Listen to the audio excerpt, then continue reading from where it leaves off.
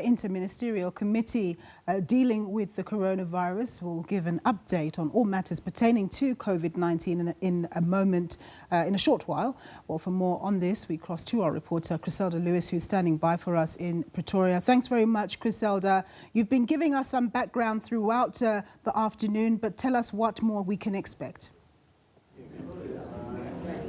So, Nompu, you'd recall that this press briefing was scheduled to get underway at 1 o'clock, but that was delayed to 2:15. We're expecting in the next few moments the ministers who will be represented here to walk in and give us a briefing on what the latest is relating to a COVID-19 outbreak in South Africa. Just pertaining to the intro that you had there about the school in Sandton.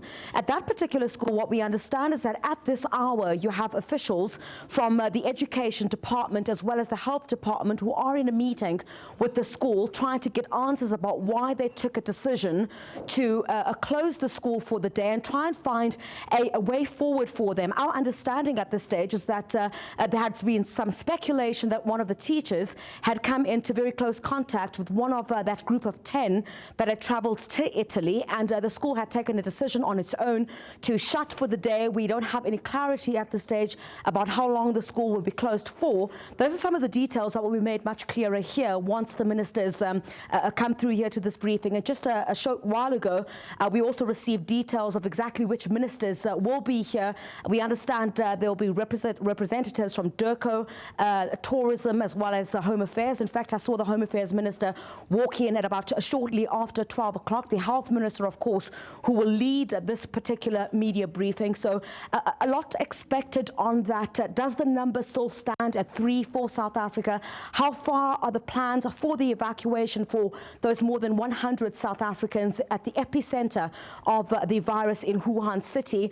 You would recall, of course, in a briefing that was given about 2 weeks ago, the Health Minister had indicated that the President had given a directive that this should take place between 7 and 10 days. So where are we in terms of that process? I understand it has been quite a headache for South Africa to try and put all the logistical plans in place to ensure that that aircraft, which is still in South Africa at the moment, is able to leave in the next few days to go and evacuate those South Africans there.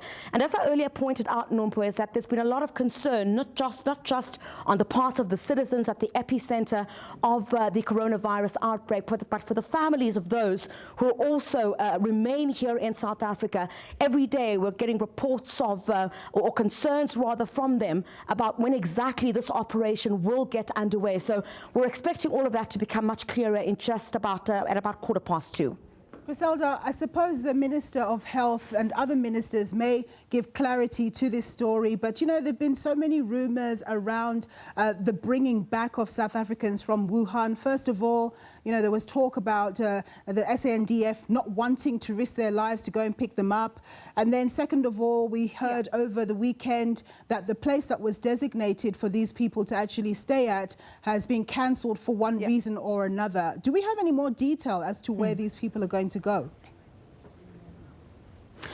Well, I think all of that will just be mere speculation now, Nompu. That's also one of the factors which we plan to filter in some of the questions that we asked to the ministers who will be holding this media briefing here. You'd recall that the South African National Defence Force had refuted those reports about certain members not wanting to go to the epicenter of the outbreak of this virus, Wuhan City, where the South Africans are due to be evacuated from for safety concerns. That was a statement that they had put out then. But the sense that I'm getting since this morning, and just speaking to some of the officials, is that it's all systems go for South Africa. But what is proving to be a nightmare is trying to get all the logistical plans in place for the aircraft to leave South Africa to go and fetch those more than 100 South Africans. So at this stage, South Africa says it's all systems go. We'll certainly hear from them if there's a time frame now about when the aircraft will leave the country to go and evacuate those South Africans. But as far as that is concerned, you know, the Health Health Department has over the past few days maintained that there is no need to panic in the country and that the only credible information that will be given to the media will come from them. And after some tests, there's a lot of cases that have come to SABC News, for example, and we need to be very careful in terms of how we report about that, not to cause unnecessary panic. So what we're relying on at the moment is information from the Health Department on whether South Africa stands at those 3 cases at the moment.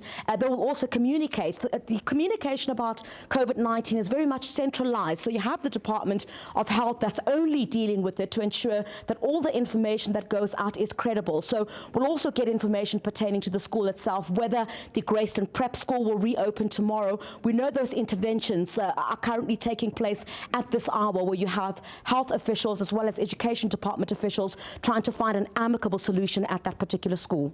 Super. Thanks very much, Chriselda. We'll be crossing to you as soon as the briefing gets underway. My colleague there, Chriselda Lewis, reporting from Pretoria.